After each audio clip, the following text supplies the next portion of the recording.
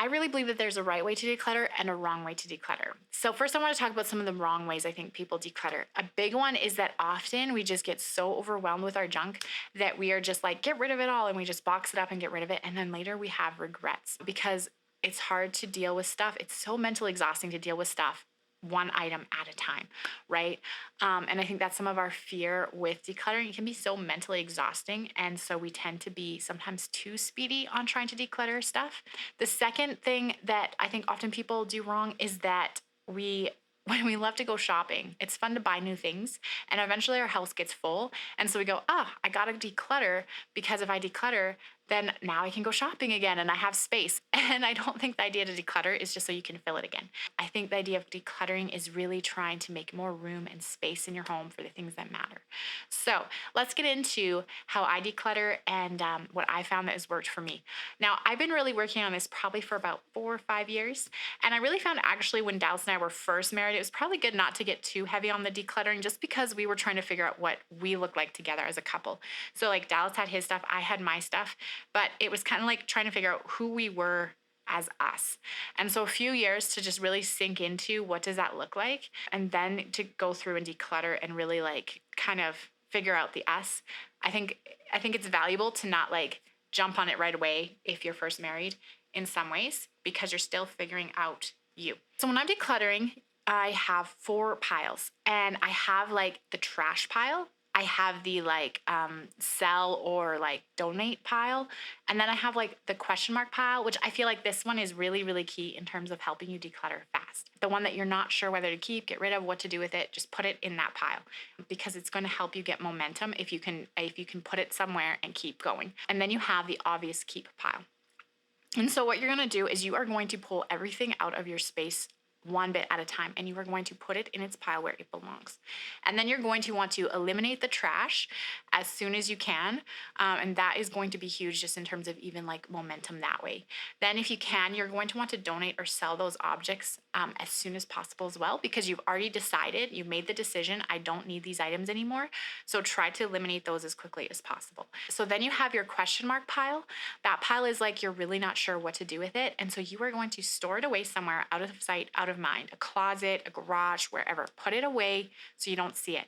And then the idea with that pile is that you come back to it in about a month and you can go through it again with fresh eyes, and then you can decide a little bit more as you're going through it. Okay, I can get rid of this. No, I want to keep this.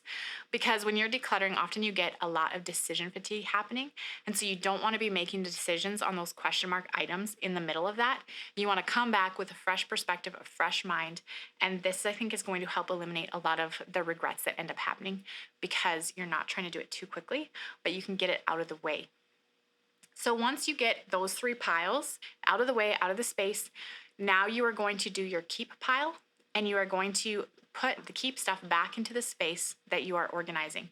And you're going to have kind of fresh eyes, fresh perspective, hopefully a lot less stuff to organize, and you can put it all away. Then you're going to start to get used to what this looks like and really loving that space as it's a little bit more clean and organized. And so then after about a month, you're going to go through your question mark box or boxes, and you're going to decide, is there more stuff you want to put in for the keep, or is there more stuff you want to eliminate? And you're going to slowly be working that down. Now, it's fine if you're still not sure what to do with something, keep it in the question mark box.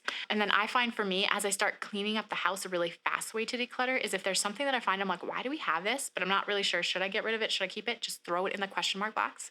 Do not put it back away in wherever it was. And if you end up finding that you need it within that next month, or the kids are asking for it or whatever, then you know that you want to keep it. But if you don't, you can come back to it and say, I didn't even think about this. Maybe I don't need it.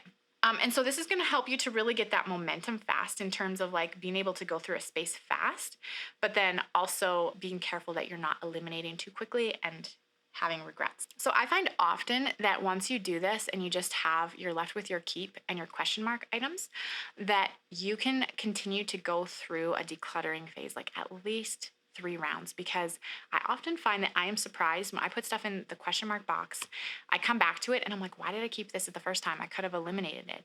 And so again, you eliminate and then you put stuff that you want to keep into the keep.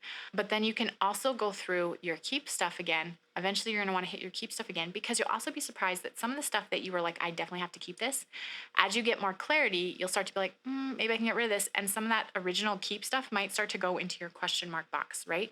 And so don't assume that you're going to go through everything once and then you're going to be done. It is a process, and you're going to want to do it over time.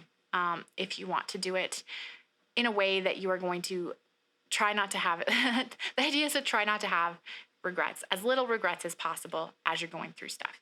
And if there's some stuff that you're really not sure what to do with and it's not very expensive, you might want to consider going, you know what, I never use this. It's not very expensive. I can just eliminate it. And if I really need it, I'm going to go and spend $5 to buy it again, but I probably am not going to need it. So some of that can clear out a lot of clutter too. So one of the benefits with decluttering is that you really start to see what you love as what you love it for your family, who you are more, and you start to get more clarity in terms of that. And I think it's really key, because one of the things that I realized that decluttering really helped with is actually spontaneous purchases. And I actually found I was way better as far as spending money. Like the more I decluttered, the better I was with spending money, because I started to go, I don't want to have to go through and declutter this in a year from now or a month from now. And I started to be like, you know what? I've thrown away all these other items that are similar to this. So I'm not going to buy this. I'm not going to use this. This is going to frustrate me. I started to find that it really helped with spontaneous purchases. And I actually started to be way more intentional with my purchases, because I knew what was our family and what wasn't our family, what we liked, what we didn't like. And I started to see what we valued more. And I started surrounding myself more with the things that brought me joy and not things that were going to be frustrating.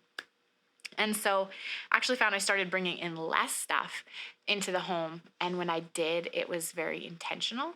And I started to find that the beauty of decluttering, cleaning everything out, is that you have a space for everything now. Everything's not just jammed full and packed. The idea is to get to a place where everything has a spot where it belongs. And so things might come in and out of that spot, because the reality is that the reason you have it is because you're using it. But it has a space where it can go back to at the end of the day, and it's not feeling cluttery. It's not feeling overwhelming, all of those things. And then I find, like, when I am buying things, that I tend to think in terms of like, okay, how am I going to use this? Where does it belong? Because I don't want to add more clutter into my home. So it's really important to me that before I buy something, it's like it has a place where it can belong. And where am I going to store it? Where am I going to put it? How am I going to use it? All of those kind of things. And that just really helps with eliminating your purchases, because one of the biggest things with decluttering is actually just don't buy it to begin with. And then you don't have to go through and declutter it, right? Then you don't have to feel bad, because it's like, I spent money on this. So if you've not seen my home tours, I've done a bunch of home tours where I've really shown kind of, I guess, the result of my decluttering and what that has looked like. Again, I am a big fan of everything having a spot. And so for these videos, I've put everything in its spot. Does it stay there all the time? No. But it is back in the place where it belongs for the tour, so I can show you what it looks like and really give you an idea of, I guess, like the fruit of my labor of decluttering, what that looks like. Thanks for watching, and we hope to see you in the next one. Hit the like button, subscribe below. Oh, oh.